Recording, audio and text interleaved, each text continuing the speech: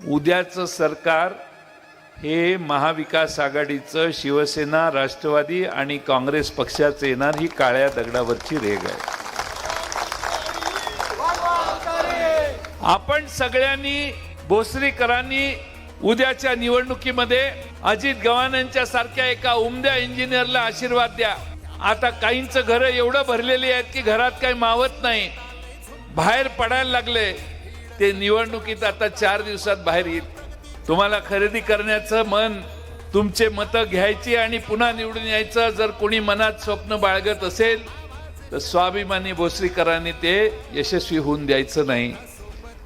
चोरून आणलेल्या पैशाचं मोल कधीही नसतं। कष्ट करून आणले असतील तर ठीक आहे, मी मान्य करतो। पण 5-10 वर्ष चोऱ्या ज्यांनी केल्या ते जर रस्त्यावर येऊन आपली मतं खरेदी करण्याची भूमिका जर कोणी बजावत असेल तर त्याला बळी पडू नका।